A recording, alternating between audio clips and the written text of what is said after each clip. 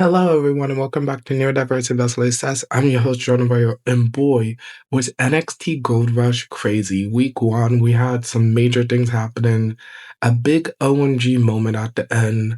A lot of things are building for a deadline, so let's talk about it. So we open up with the Triple A Mixed Tag Team Championship match with Chelsea Green and Ethan Page versus Hendry and Thea with a killer way to start Gold Rush. Perfect, just so perfect. Thea came out straight for Chelsea Green with locks, holds, even a beautiful head scissor into a dropkick. Then Ethan and Joe went at it. Joe dominated Ethan, hitting a standing suplex, and the whole thing descended into a mixed tag team brawl. Thea hits a DDT on Ethan off of Hendry, even flew off the top rope. But at the end, Thea's about to tap out Chelsea Green, but Ethan pushes Joe into Thea, causing an altercation, letting Chelsea Green hit the I'm Prettier for the win, letting them retain the Triple A Tag Team titles.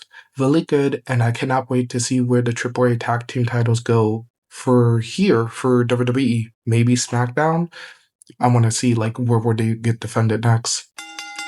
Big news, Ava announces deadline is coming soon and the Iron Survivor Challenge is back. But instead of a Hall of Famers picking who gets to be in the match, the one and only John Cena will be on NXT next week to pick both competitors for the women and men matches.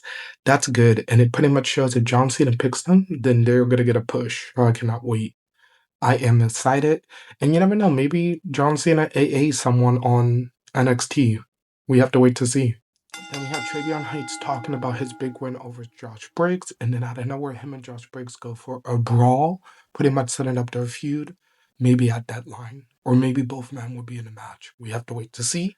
Then we had the North American Women's title match against Blake Monroe and Ruca, and it was an okay match to say the least. I really liked the storyline, how Soul started up fast with roll-ups with Blake, pretty much eliminated her leg, like full brutality. The way she was doing submission holds, articulating it, breaking it piece by piece. Soul nearly won with a roll up, but Blake was ripping Soul's knee apart. It was favorable, but then Soul went crazy, flipping on the outside brutality. But Blake stopped being glamorous and became a menace, ripping off Soul's knee brace, locking in a deadly ankle lock, almost twisting it, and Zaria needs to throw in a towel for Soul to stop the match. Soul was mad, and we have to wait for next week because Blake is still champion and Zaria has her speed championship match. Who's gonna turn on who? We have to wait to see. I think Soul is gonna maybe turn on Zaria, vice versa. But Ricky Saints and Obafemi. So Ricky Saints come out saying that he won against Tripp, but he knows Oba was always going to be there. What do Oba want? Oba comes out, he's like, he wants his title back. NXT needs a true ruler, not a fake king. And Ricky says, I beat you. I was the only one to beat you, and I can beat you again. And then Tripp Williams come out saying that he wants his rematch, and then Miles Bourne knocks him out with a steel chair and says whoever wins at deadline, he's going to face him at New Year's Evil because he wants to be in the Iron Survivor match. Eva's not happy about that, and it's announced that Miles and Trick have a match next week, last minute match to Gold Rush Week 2, and I really liked it. Then we had a tag team match for the NXT Tag Team Titles with DarkState, Je'Von Evans and Leon Slater. It was a pure out war. Right away, Slater and Evans were flying. It was crazy, but DarkState used their power and their isolation game perfectly, keeping Leon away from Evans. But when Evans tapped in, they hit springboard combo tags, total chaos on the outside of the ring. But at the end, DarkState hits the top rope clothesline powerbomb combo to retain. I'm not gonna lie, DarkState is starting to win over me. I'm just surprised that they retained the title. I thought they was gonna give it maybe the building up the tag team of Slater and Evans for more down the line. Then we had Kendall Gray and Ren Sinclair backstage, and Kendall says, "Do you saw what happened on TNA?" And I'm going to talk about that when I do my TNA review. But Charlie Dempsey showed up on TNA. He took out some people. And Ren says, "I don't know what is up with him lately. He haven't been calling me. And you have a match next week. Let's focus on your match." And Kendall's like, "Okay, but that's kind of concerning. What is going on?" She's like, "No, we got this." So most likely, I think Ren is going to cause Kendall the match. I don't know, this friendship, or Shirley Dempsey is going to somehow interfere. Could they brought him up? I'm waiting to see how this Woman Evolved match goes next week. Then we had Salone Hill from LFG show up, saying he cuts a promo saying that he's ready to make his impact in NXT. He's a football player, but he loves conspiracy theories and he likes the dark web. So I think he's the mystery hacker. If you know NXT Anonymous, I think that's him, because the way he was talking and also him behind a computer. So hopefully that gets announced, but really happy to see him on NXT for now.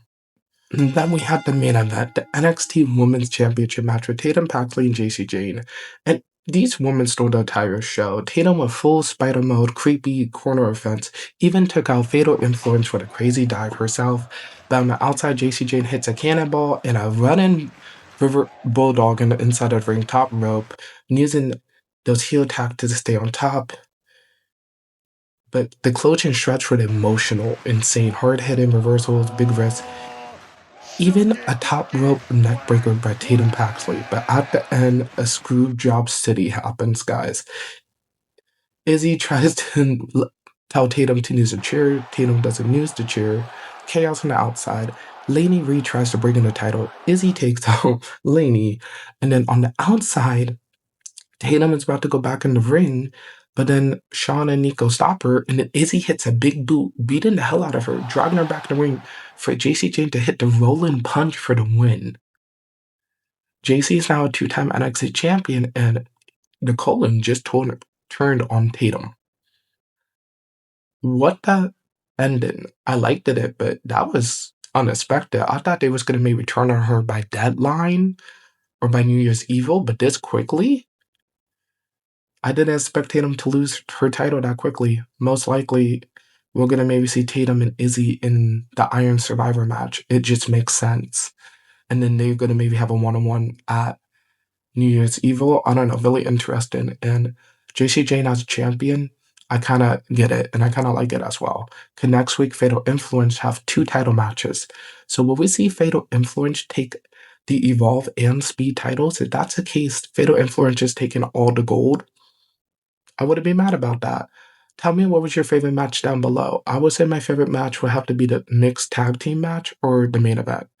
And I can't wait for week 2 because we have a lot of Evolve matches. Also, we have the TNA Knockouts match in a triple threat. And also, we have last minute Trick and Miles Born in a match, plus John Cena next week on NXT. And boy, it's the week of Thanksgiving too, so you're going to be eating good and living life for NXT. Hopefully, you guys enjoyed the review, and I'll see you guys next time.